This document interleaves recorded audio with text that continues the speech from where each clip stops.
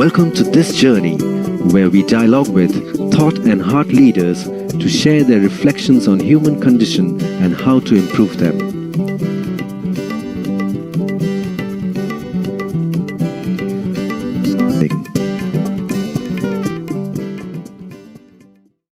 So on one side, we have this mainstream media, which is disseminating information across the world. But I think increasingly the trust in institution and the trust in media is declining over a period of, because people believe that there is a very high polarization happening or weaponization of information or facts happening in some sense. Yeah, because one thing I would like to say that this has been happening for a long period of time. For an example, in India, NDTV organized its program in the Rashtrapati Bhavan, President's house. How did they get permission to do it? And one particular political party, just called Aam Aadmi Party, they danced in live program, live news channel program in NDTV. So, and then there is Arnab Goswami's channel, which is kind of an abusive channel. You can't say it's a political channel, you can say abusive channel.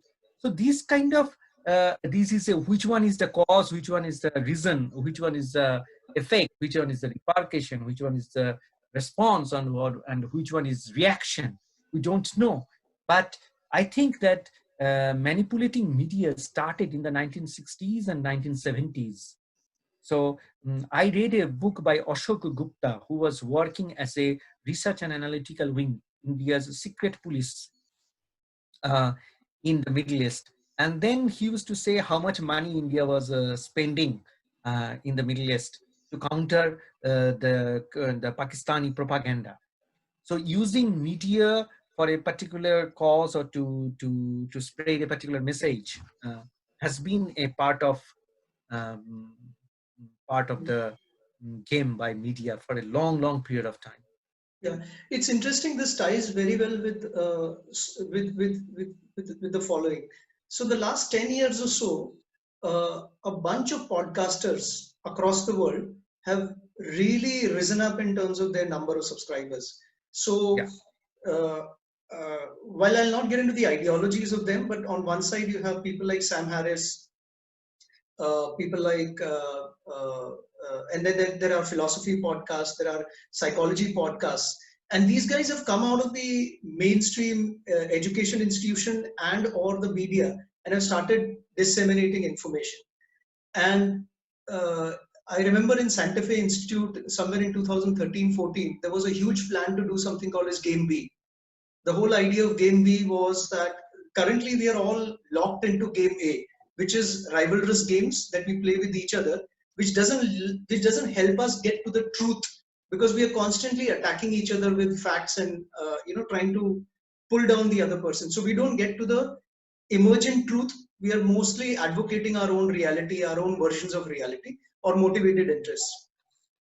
So I'm seeing that there is a huge number of people now, in thousands, who are going and supporting things like intellectual dark web, Game B, Schumacher School in London, in UK, the new economic think tank in US, and a lot of these parallel institutions, and people who are emerging now are people like Eric Weinstein. Eric Weinstein, I think, is going to become one of the leading public intellectual figures in our times, I would say. Uh, of course, I don't side with all of his ideologies. There are some which are questionable, but I find him an extremely interesting thinker. He thinks on the feet, he thinks parallel. And Santa Fe Institute is giving a lot of emphasis on complex systems. I think it is one of the rare institutes across the world which is completely dedicated to the idea of applying complex systems theory to almost all the disciplines. And we are seeing that almost all the disciplines are now trying to evolve into complex system. And that's where your book becomes very important, because at some level you're looking at a new way of computation of information and stuff. The way you have put it, let me put one particular point which would be very relevant to this particular discussion. First thing is that in the complex theory, there is a human bias. So you make the theory complex, but you control what would be the output. Give me any complex theory, I would manipulate the whole sequence of neutral theory directed to a very particular decision that I want to be viewed. And this has been the reason when you have a Turing machine, when a human is observing the facts, linking the facts and bringing them together with his own imagination and creating a model and using that model to fit a particular observation and then saying that, okay, my model is right. It explains this kind of observation. So my model could be used to explain certain other things. And then he manipulates it and predicts something which is not the truth. So this was predicted by Wheeler in the 1960s, 1970s, bit from bit.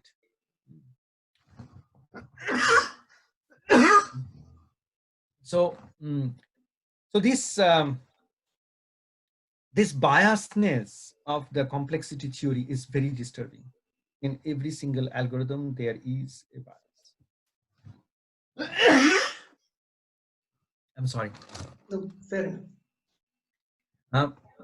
So, what we have tried is to bring zero bias. So basically what we are saying that every single information, whatever is happening, convert it into geometric shapes. When you convert it into geometric shapes, then symmetry or ratio of the primes come in. When primes come in, primes follow a particular pattern. When you follow the pattern of primes and allow geometric shapes to change with it, then how the events would happen, it will be much more restricted. It will not be 100% governed by the human being and their interest. That's important. So are you saying, sorry? No, please. So imagine there is this human being trying to apprehend the universe or the reality of the world, and when we apprehend, we use various instruments, right, from our thinking, our own, biological or meta-biological instruments, and then we create a lot of tools and instruments. What you're saying is the moment you deploy something from your theory, uh, your tuning with the reality is much more outside your own manipulatable or exploitable Yes. domain. Yes.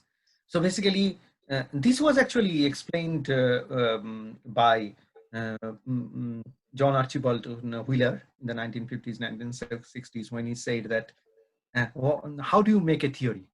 You just take your biased observations and you consider them as fact. You bring them together, create a model, try to fit an experimental observation. That observation is also observed by you. You propose particular descriptions that how you will observe that, and you tell others. Then some of your politically motivated friends who are politically attached to you for their personal and institutional interest, they come and then they say, okay, if I take your proposal hypothesis, follow your experimental methodology and protocol, apply it, then I get the output that you are getting. So you are saying the truth. But the first person never made an effort to observe the truth.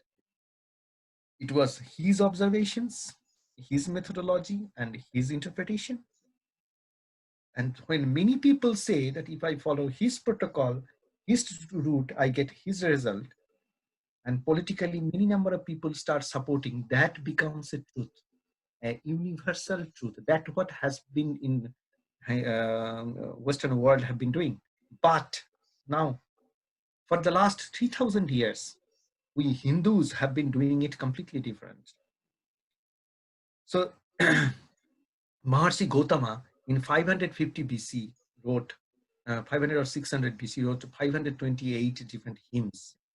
Basically, he suggested that to solve a problem, do not try to find facts, but try to find confusion. Sandeha, something, some parameter or some fact or some factors, some variables that can have multiple different solutions at a time, more than one. When you have it, you call it a Sandeha. It could be cognitive, it could be non-cognitive. It's beautifully scientifically defined. And when you have that, then you go inside and you find some more confusions. And then you take one of them and one by one, take all of them, and then go inside and find some more confusion. So you go and they build a temple-like architecture of confusion. When you stop making the journey, when you reach the fact, then you cannot go anymore. It's the bottom part. So what the Western world have been doing is eat from bit. So it observes a certain thing and the fact, link them with imagination and go there. It's at the bottommost plane of the Hindu way of doing science. Shankaracharya, Vatsyayana, there are many, many schools of thoughts which came, but all of them explored confusion. When you go for architecture of confusion, it is exactly like what we do architecture of singularities. And there we put the geometric shapes and then constraints of the geometries, constraints of the primes and others come in to link the events or geometric shapes. When you link geometric shapes, you actually link events and then that grows. So that is much more neutral, much more towards the nature, much more towards the truth.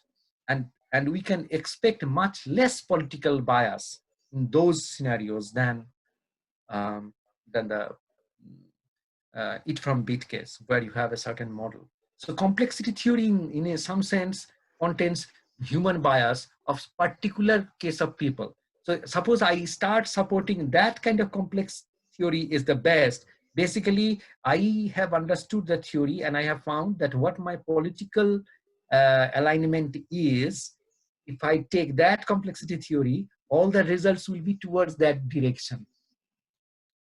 So that's actually what was continuously happening, continuously happening. So two things emerged as you were speaking, Anirban. One is, I assume you're not saying that all of the scientific enterprise and the product of the enterprise have been uh, detrimental to the human civilization. I'm sure you're not saying that all of the scientific enterprise and all of the products of the enterprise have been detrimental. There have been good outcomes also. However, they have been also weaponized for serving one's interest, in terms of cornering, concentrating power or wealth in some way, or self-perpetuation in some way. So that's one.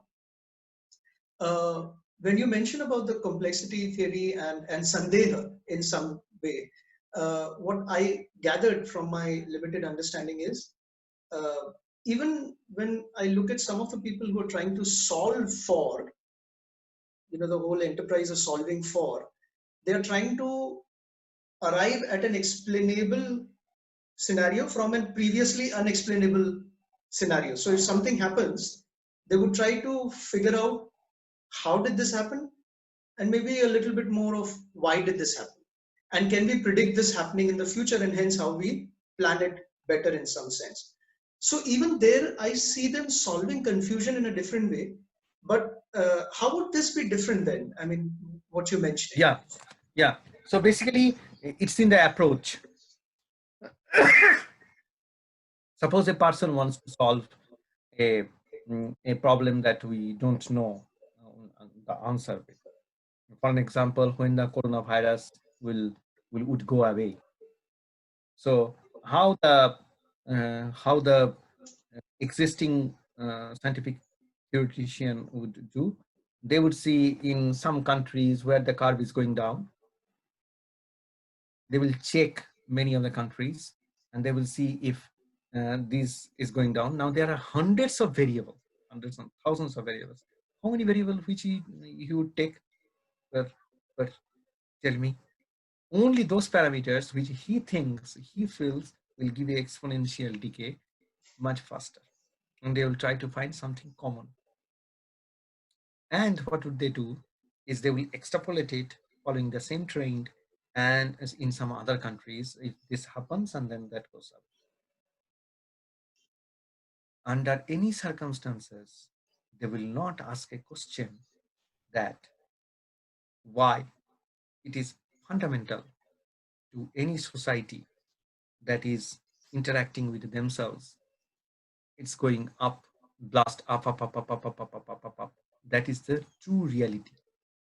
So when you go for architecture of confusion, you take all possibilities or just opposite possibilities and different other symmetries, geometric symmetries, other side of the truth, C2 symmetry. So it's going down. No, no, going down is not its normal. Going up is normal. Okay. And then why that actually goes up, then interactions. So what happens is you don't ask those questions when you will attack a problem in terms of uncertainties, because uncertainties are prohibited, singularities are prohibited in the normal science. Whenever there is a singularity or undefined region, you bridge it. In quantum mechanics, you bridge it. So you do normalization or renormalization. That's why Richard Feynman got the Nobel Prize. So what you do is, you don't know this part, normalize, renormalize, jump, bridge it artificially. So, but when you explore that, how do you explore it? So, so the Hindu monk in India, many schools, I mean, hundreds and hundreds of schools, they debated years after years, and this practice went on for 3,000 years. Can you imagine? 3,000 documented years. Before that, we have no idea how many years they have been working on. And then different schools have tried to say that how to attack confusions, how to build this architecture. So different things. For an example, Advaita-vaad. You know Advaita-vaad, Shankaracharya, because of Harvard School and then other kind of Western schools, they popularized it. But you know, Advaita-vaad or dualism, it is one derivative of confusion. So you have thousands and thousands of different protocols and parameters and then variations. One of them is just Advaita-vaad, the dualism. Dualism, what it says that both have equal probability, and if you modify one, the other will also be modified. So they will remain a dualism irrespective of their circumstances. So you see, there is no difference in 7th century Shankaracharya talking about Advaita-vaad, and then in 6th century BC or 7th century BC, someone is writing, Rishi Gautama is documenting the Sandeha or confusion. And many schools of thought came, and then they went on experimenting with it.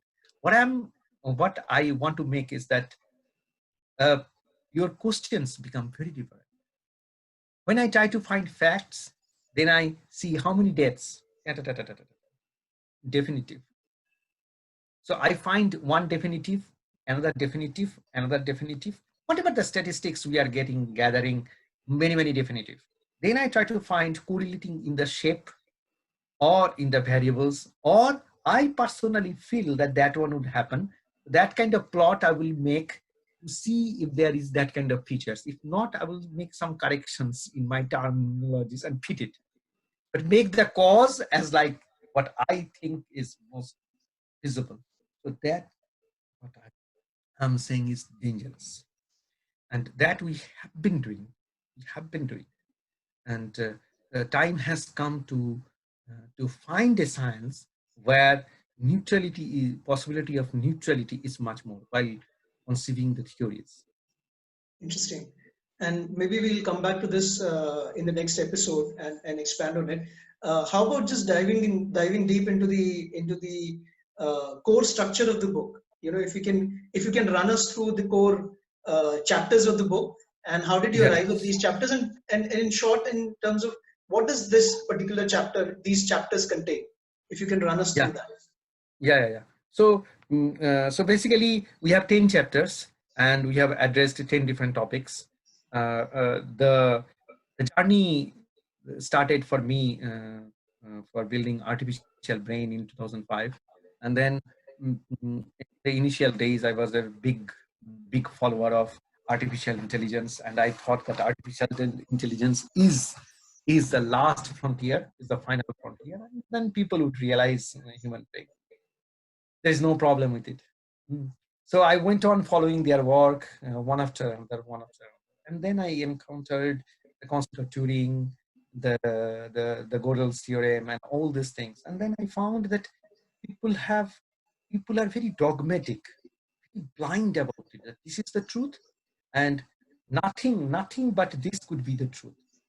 They don't say it, they prove themselves, they tell themselves as if they are very liberal. And slowly, as more and more I started learning, I found that um, human emotion and human bias is actually everything. A robot actually follows human instructions that comes from the mind of the software programmer. There's no intelligence, nowhere in any part of it. So I was actually very desperate to find some answer.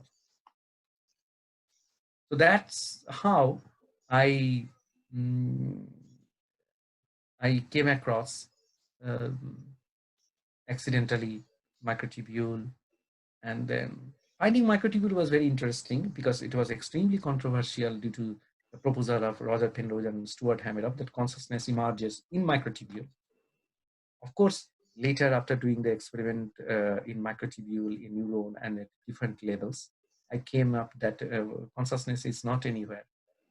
It's collectively in their symmetry, in the plane of vibrations, there is a topological symmetry or geometric self-similarity, and then in that space something happens for which humans get conscious.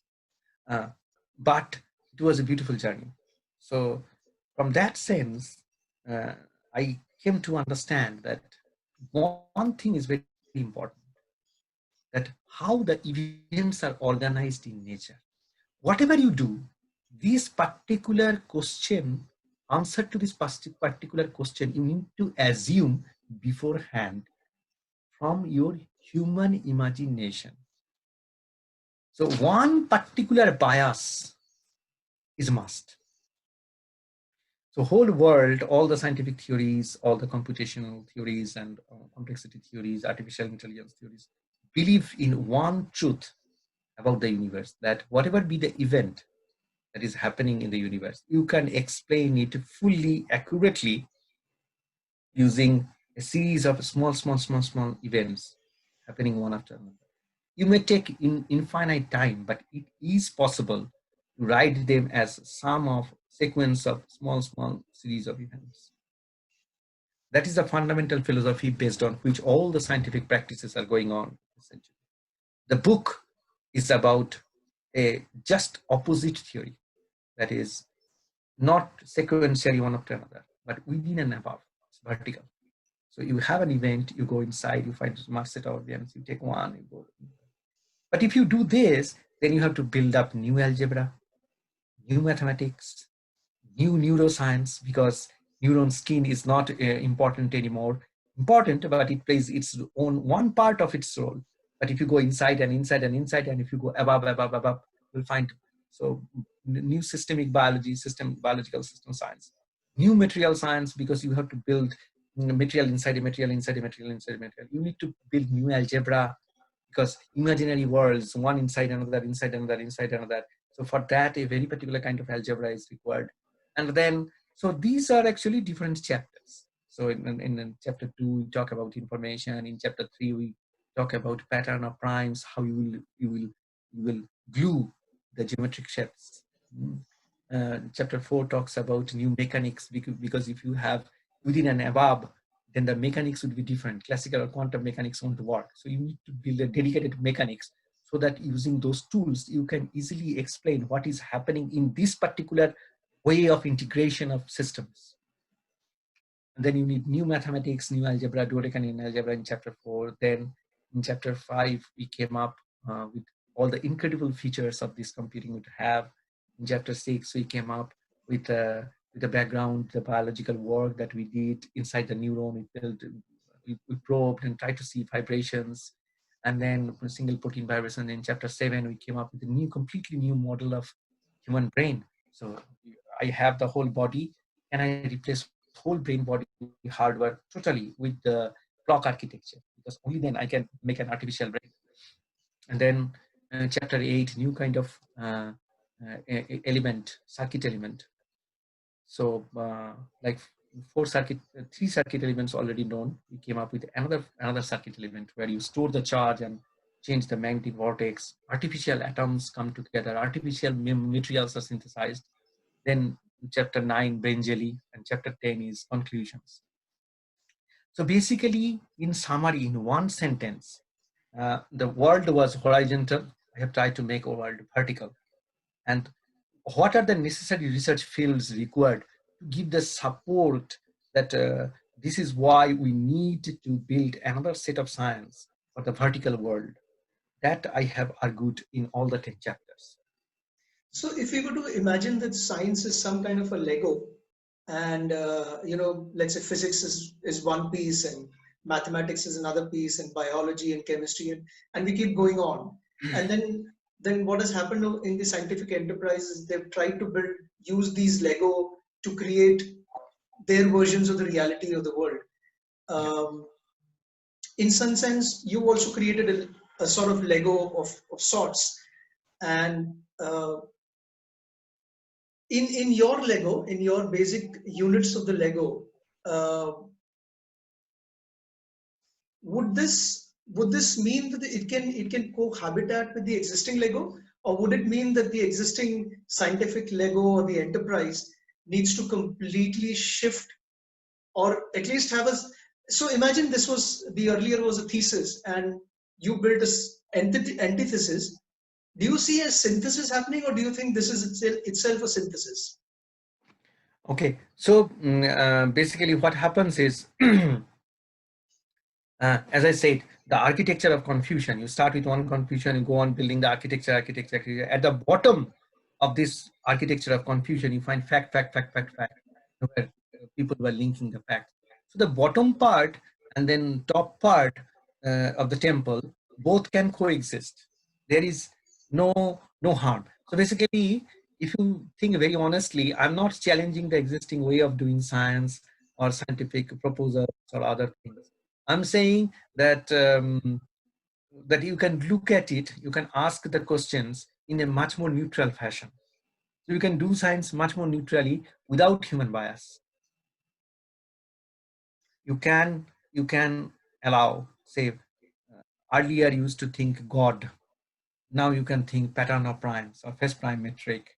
That actually holds all the features of the universe, and then that actually integrates geometries very neutrally. Without human or with human, doesn't matter.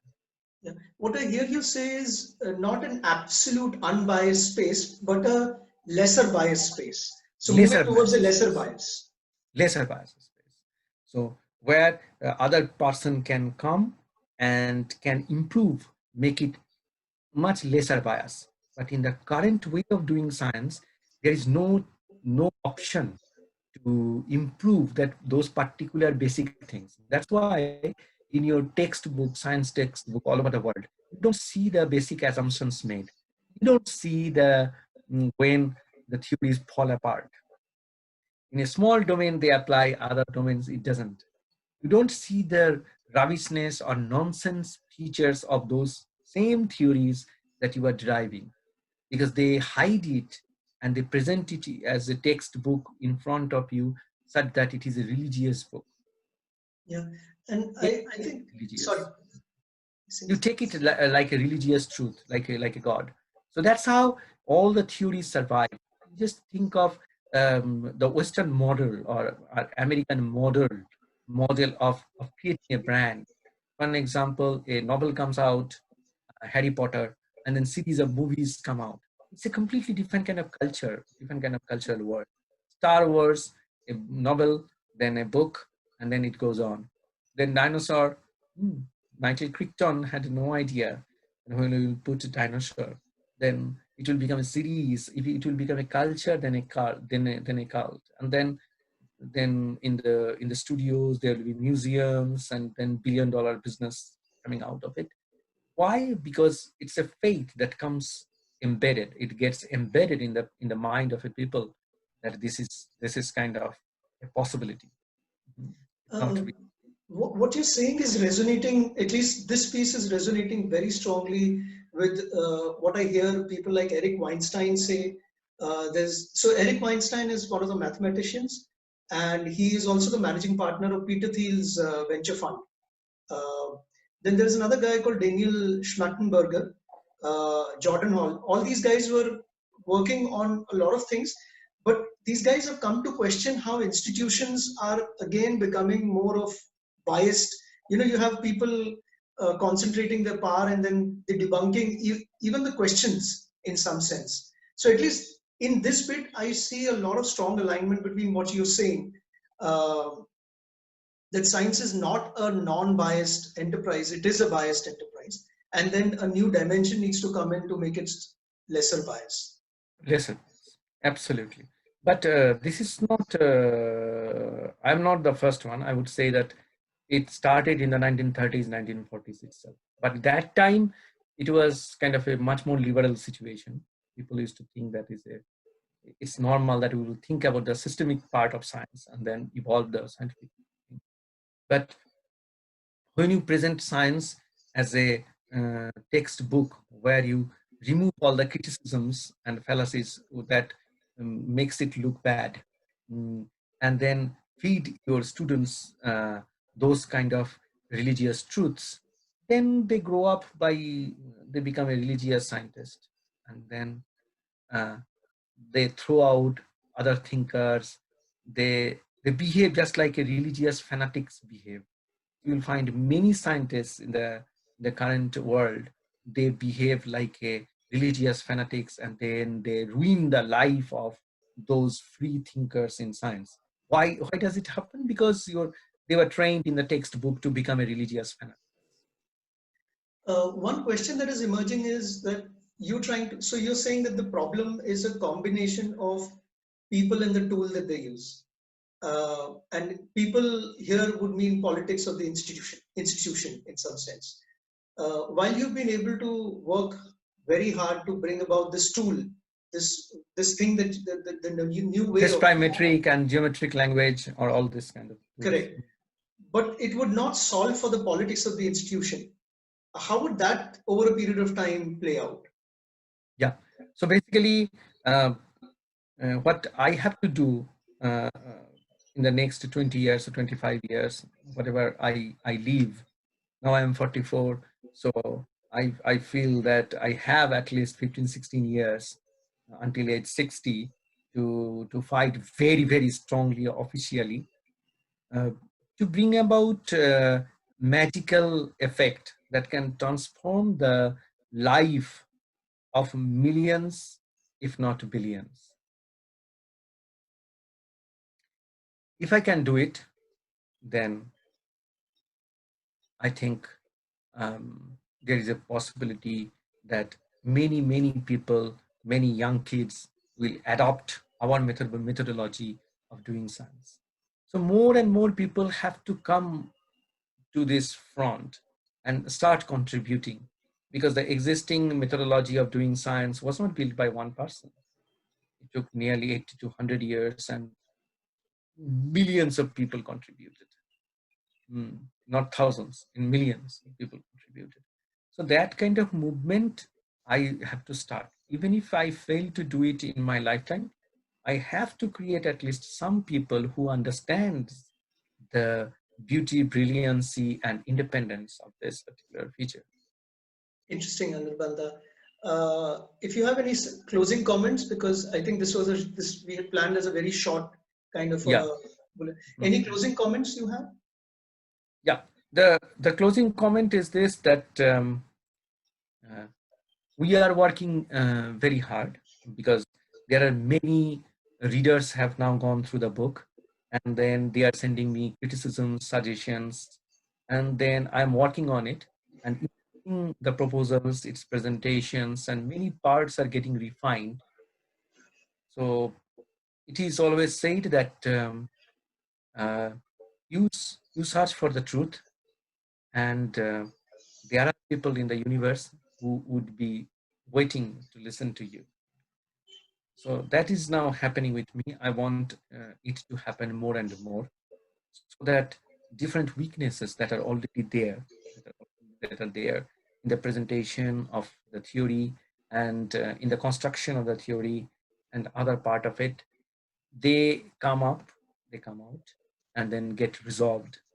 So I'm honestly, truly grateful to different souls of the world, because I have received so many emails from so many different people uh, that I never expected that they would get into the theory and then ask me really tough questions, really, and every person is so different. I have written the book. Some people have gone through the entire book and only found E square plus phi square equal to pi square. You see, electric, magnetic, and mechanical resonances are coming together. Infinite series come together and creating a simple relationship. That's way of genius. And then that's how the whole thing is happening. Oh my God. But this person doesn't want to talk anything else. He says everything is there that you have discovered there. And then some people have absolutely don't care. What is that? No, I didn't see that in the book. I saw this. So when you give your love for decades and then you create something, different people come and then they pick up completely different thing, and these two persons have no relation, and then they come back to you and then they say one person is always projection to infinity and feedback from infinity, the Dodecanian algebra and that part. He said, is it connecting to God? Are you trying to put God? If not God, then how do you define it? Where does this different infinity layers exist? Say now I start with the Ramanujan mathematics and then we go there. No, where does it exist? No, where does it exist? No, where does it? Then I say in the phase prime metric itself, in the hardware itself, when you are projecting different geometric cells to the infinity, and then in the hardware itself, it is getting feedback. It's a stereographic projection. So map onto itself. That's how mathematicians say. Okay, so you are not thinking about any other form of God. It remains within. It's a subset of the universe that is another phase prime metric. You are a subset of that. So one person, he continuously talks about this kind of thing. So I'm interacting with many different kind of people of the world, and I thought that after writing the book that even if I die, no problem. But when I'm getting these interactions, then I'm thinking that it is better to live for a longer time and see how every single people looking at the book in a completely different way, and then they are coming up with questions which are absolutely no way related to each other. So then you see your creation in a different perspective. That's all I would like to say. Interesting on that wonderful exploratory note, and we shall come back and explore further. Anirban, thank you so much for this time and insight.